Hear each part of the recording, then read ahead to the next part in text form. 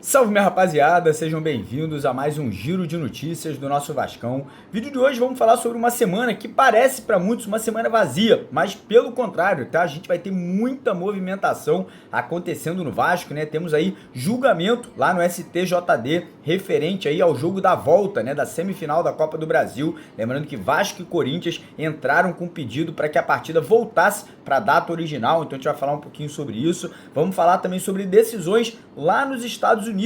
Pois é, 777 Partners parece que entrou num consenso ali com os credores, lá a Lane Hall e também a ACAP, que pode dar ao Vasco a possibilidade de já no final desse ano ter um novo dono, né? Ter aí uma nova empresa comprando a porcentagem que era anteriormente comandada, né, pela empresa americana 777. Então a gente vai falar um pouquinho sobre isso, né? Será que o Pedrinho vai se posicionar? Será que teremos novidades aí referente a essa situação? E também vamos falar sobre Campeonato Brasileiro, Copa do Brasil. E ó, tô vestindo a camisa da Força Jovem hoje e eu vou explicar para vocês o motivo aqui no decorrer do vídeo, né? A Força Jovem que vai fazer algo muito bacana. Então fica com a gente até o final para você ficar sabendo dessas novidades, beleza? Antes de começar o vídeo, pedir pra galera não esquecer de deixar o like, que é super importante, pedir também a sua ajuda com aquele joinha, né, com aquela compartilhando o vídeo com seus amigos vascaínos, e queria convidar todos os vascaínos que ainda não são inscritos aqui no nosso canal, você que ainda não segue a gente aqui no YouTube, para correr lá embaixo desse vídeo, clicar naquele botão vermelho, vir fazer parte aqui da nossa família que não para de crescer, não para de evoluir. Então você que ainda não é inscrito, corre lá embaixo, clica no botão vermelho, ó, vem fazer parte do maior canal de notícias do Vasco aqui no YouTube, né, aqui na internet brasileira, combinado? E antes de começar o vídeo, vou deixar um recado aqui de uma empresa que ajuda você a sacar o seu FGTS, seu fundo de garantia, de forma antecipada. Então você que está precisando de uma grana, de um dinheiro aí para, de repente, fazer uma obra na sua casa, pagar uma dívida que você acumulou aí, de repente, com cartão de crédito, entre em contato com eles nesse número que está na tela aqui agora ou no primeiro link aqui na descrição do vídeo, que em menos de 24 horas você consegue ter essa grana na sua conta bancária. Combinado? Fechado? Então bora começar o vídeo falando um pouquinho sobre Campeonato Brasileiro, Copa do Brasil, preparação do Vasco, né? Hoje tivemos a informação que o Vasco está de folga, os jogadores ganharam folga até quarta-feira. Muita gente criticou essa decisão do Vasco aí de liberar os jogadores aí até quarta-feira, né, só retornarem aos treinamentos. Eu entendo por parte, né, alguns jogadores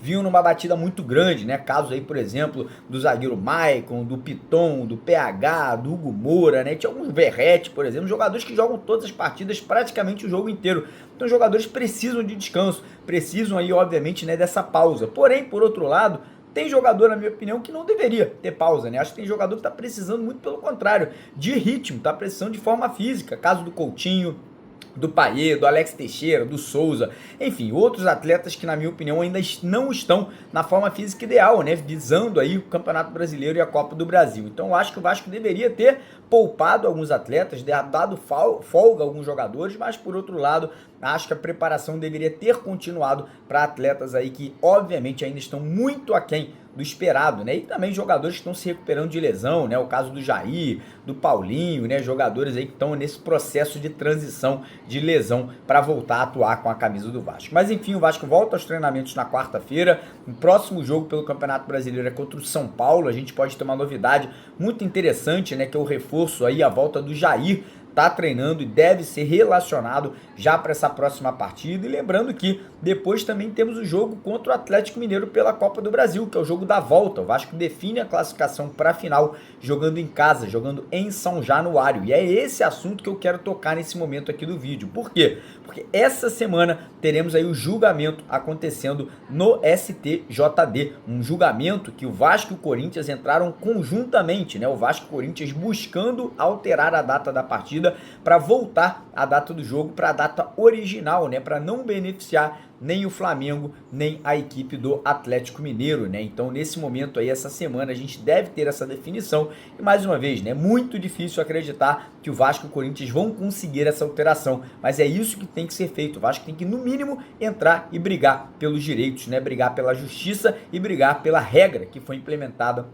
no começo da competição. Então, no decorrer dessa semana, a gente deve ter o julgamento acontecendo e acredito eu que o Pedrinho virá a público em algum momento, né, se pronunciar sobre toda essa situação. Enquanto isso, o Vasco segue a preparação, segue a batida forte, né, segue aí, obviamente, toda essa pegada para conseguir a saída à final da Copa do Brasil, que sem sombra de dúvida, além de trazer muito dinheiro, né, muita grana para os cofres do clube, pode dar aí um título gigante, né, que foi o último grande título da história do Vasco lá atrás, em 2011, uma classificação direta para a fase de grupos da Libertadores na temporada de 2025.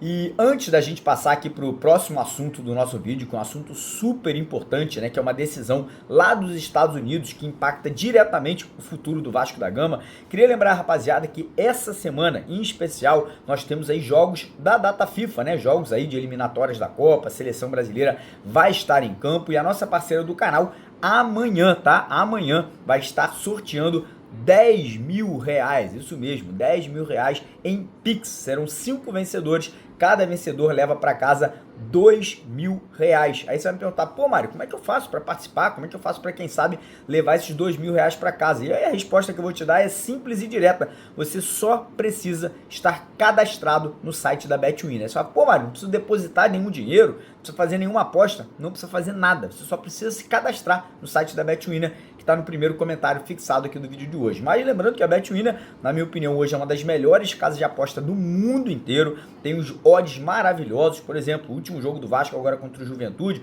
a maioria das casas de aposta estavam pagando ali 2,20 para a vitória do Vasco. Na Betwin está pagando 3,80, isso mesmo. E lembrando que além de tudo isso que eu acabei de citar, você ainda ganha 130% de bônus no seu primeiro depósito. Então, se você depositar 100 reais, você vai ganhar 230 reais. Se depositar 1.000 reais, você vai ganhar 2.130 reais. Então, não perca tempo, corre lá, faça o seu cadastro e garanta a sua participação no sorteio, o bônus de boas-vindas e, obviamente, tirar proveito aí também dessa parceria aqui com o nosso canal.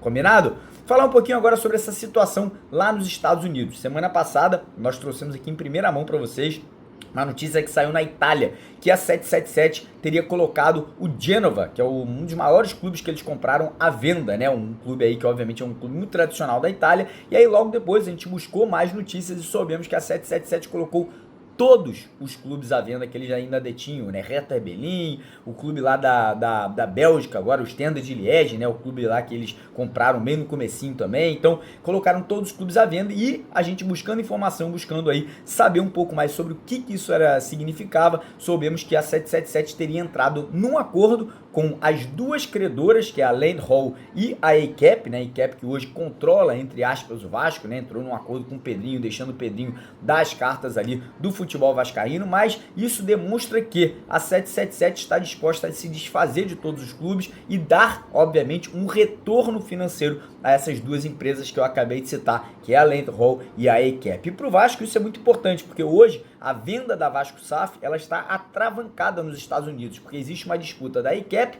com a Land Hall para saber quem vai ter o direito econômico, né? Quem vai receber a parte ali dos direitos econômicos após a Vasco SAF ser vendida para um novo dono. Então parece que houve um consenso, houve um acordo e muito provavelmente isso vai acelerar o processo da venda, né? Vai acelerar o processo dessa transição que hoje está estagnada. Óbvio que o Pedrinho está fazendo um grande trabalho, mas a situação financeira do clube ela é caótica. O Vasco hoje corre sérios riscos de no final do ano sofrer um transfer ban, que o Vasco não vem pagando as parcelas de compras de jogadores feitas lá atrás pela 777, jogadores como o do Paulinho, Jair com o Atlético Mineiro, enfim, outros atletas que o Vasco ainda deve a clubes aí há quase 2 temporadas. Então isso pode ser uma solução. A gente não sabe ainda quem será o comprador da Vasco SAF, né? Segundo o próprio Pedrinho, existem muitas empresas, muitos fundos interessados, fundos brasileiros, internacionais, não sabemos exatamente os nomes, né? Muito se diz nos bastidores do Vasco que o seu Lamaquia, né, que é o dono da Crefisa,